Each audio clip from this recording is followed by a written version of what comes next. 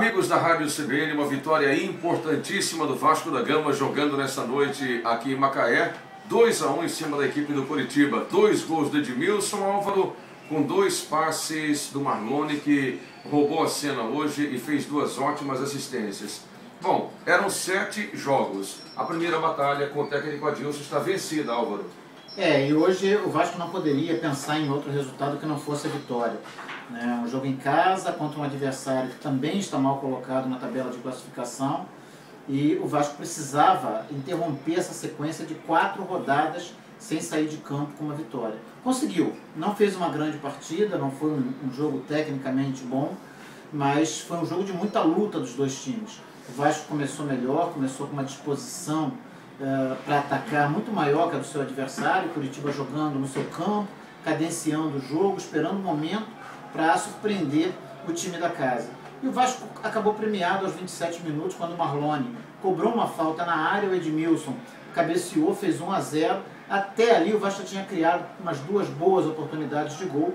O Marlone tinha chutado mal uma bola, o Edmilson chutou uma outra que o Vanderlei defendeu. Enfim, o Vasco era um time que criava mais, que ameaçava mais o gol adversário. O Coritiba, a rigor, só foi criar algum problema para o goleiro Alessandro no último minuto, uma cobrança de falta do Júlio César. Ele cobrou forte no meio do gol, mas o chute era violento e o Alessandro teve alguma dificuldade para rebater a bola.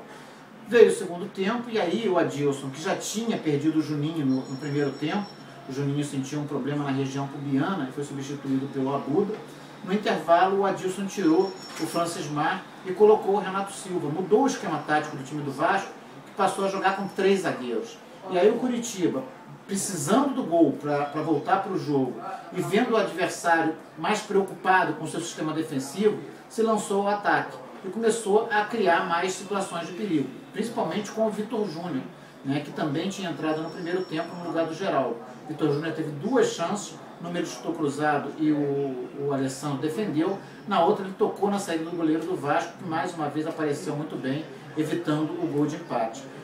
O Vasco, aos 27 minutos, coincidência, no mesmo tempo do gol do primeiro tempo, novamente aos 27 minutos, novamente o Marlone, iniciando a jogada, fez uma jogada belíssima pelo lado esquerdo, passou entre 2 adversários, driblou o Gil dentro da área, o Gil ficou com medo de cometer o pênalti, o Marlone passou de passagem por ele, da linha de fundo ele rolou para o meio da pequena área, e aí o Edmilson se antecipou ao William, fez 2-0 para o time do Vasco.